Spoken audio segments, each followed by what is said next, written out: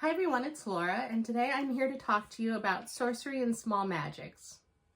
So this book I saw cropping up in YouTuber videos last fall, and I was immediately drawn to the cover. And then when I saw people talk about the summary of the book, it intrigued me even more. It seemed completely up my alley. And so I kind of broke a cardinal rule, and I really liked this Fairy Loot edition, and I went online and I bought it from a seller on Pango Books. And I then became nervous because I saw some people reviewing it and they didn't say really bad things about it, but they weren't really praising it a lot. And then I was worried that I had splurged on a book that I wouldn't really enjoy. Thankfully, that turned out not to be the case. But I just love this edition. This book is just so pretty, and the naked hardcover, different on either side, and the foiling, and then it has the end pages and foiling there, and the other side as well. It was stunning, and I couldn't help myself. So I took a risk, and at least this time it worked out for me. I really, really like this book. So this book follows Leo Vander Lovage, and he is a student who is kind of in a magical school. I forget what they call it, called The Fount. And it's a 5-year program. And there are 2 different types of sorcerers in this universe. There are scribers and then there are casters. And Leo is a scriber. That means that the way magic works in this world is the scriber will take a piece of paper, will write down the spell in this ancient language and imbue the spell and the words with a certain amount of magic. And then the caster will take the spell and the piece of paper, and they will either say aloud or think the words on the paper and somehow cast the magic. And as they cast the magic, then the paper burns. And scribers, they have some ability to cast tiny little spells, but it costs them a lot more and can really affect their health if they try something too big. And just like there are 2 types of sorcerers, there are 2 types of spells. There are more charms, which are tiny magic, and then there's big grand magic. Now, when you meet Leo, he is in his 5th year at the Fount, and he really has no interest in becoming a sorcerer professionally when he graduates. The only reason he's attending this school is because he comes from a prestigious family, and his mother passed away many years ago, and in order to inherit the family home that was passed down by his mother and where he grew up most of his youth, his father has said that he has to pass all 5 years at the Fount in order to get that inheritance. And that is extremely important to him.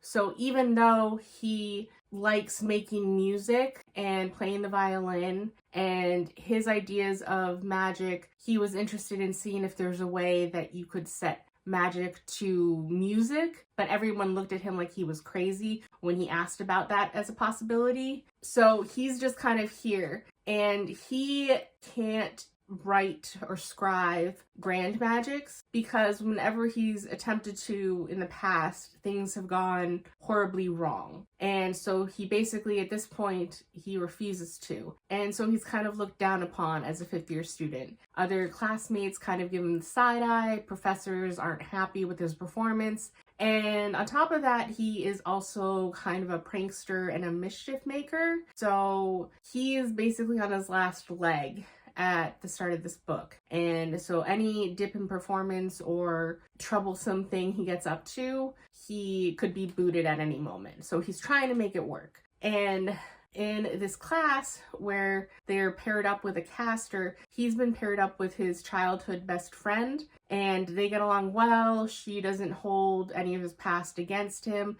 She doesn't hesitate to cast any of the spells that he scribes, where some of the other classmates do. Well, surprise, surprise, the start of this book, in this class, they have to mix it up because this is their last year of school. And in the real world, you have to prove that you can work with anyone. So they draw names from a bowl, and who does he get? He gets Sebastian Grimm as his partner. And Sebastian Grimm is basically like his polar opposite. He's a very stoic, by the book caster, and he is noted to be very powerful, and he is almost kind of considered a prodigy of sorts. So having him matched up with Leo is looked upon as unfortunate by many people. And they have apparently had a lot of run-ins prior to this book, and Sebastian Grimm is not happy that all of the spells he's getting to cast with Leovander are charms and little things to change eye color or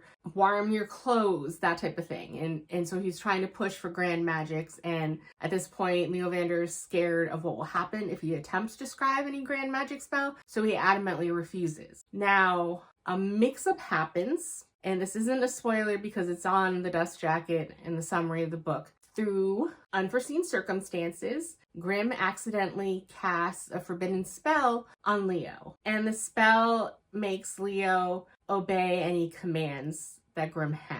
And it turns out there are more layers to the spell than just that. It progressively gets worse, but I won't spoil how or how fast that happens. But being a forbidden spell, they are hesitant to go to anyone in a position of power to rectify the situation because Leo is on his last leg, and he's afraid that he will get kicked out if it's discovered that even though it was completely unintentional, that he was somehow caught up in this mess. And then Grimm, he's not from a noble family, so Grimm doesn't have as much advantage of getting into the coterie, which is basically kind of the major position for sorcerers in the society, and it's kind of a revered organization. So where nobility has a lot of ins and they can get recommended for membership by family connections or favors owed, the major way that people get recruited is by going through these trials. So Leo is basically able to persuade Grimm not to bring this to anyone else's attention by saying it could hurt you in the trials, or they might kick you out as well because you're the one that actually cast this forbidden spell. And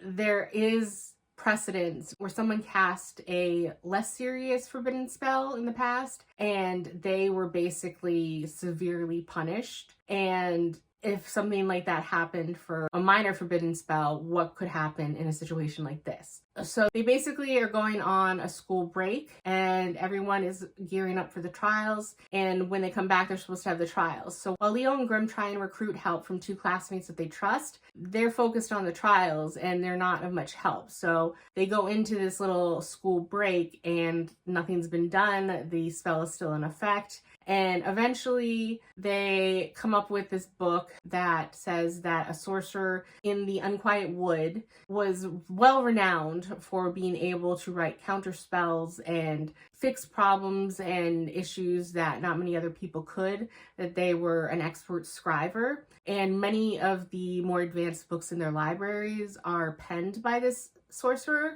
So the Unquiet Wood is basically just that. It's a forest that's filled with unnatural plants and animals, and there's a border basically all around the settlements of humans that have to be refreshed by sorcerers to keep the beings in the Unquiet Wood on their side. And it's an odd balance because they can't kill the beings from the Unquiet Wood, because in the past, whenever anyone has fought back, it has had a negative effect and they've either died or become unable to wield magic as a result. So it's kind of like some sort of weird scale and balance that they have to somehow maintain with these creatures. And the sorcerer is supposedly somewhere in the Unquiet Wood. And so Leo is all gung-ho to use this time and go into the wood while they're on break and try and hunt down the sorcerer. Grimm is not on board with this because he wants to help out his family on the farm,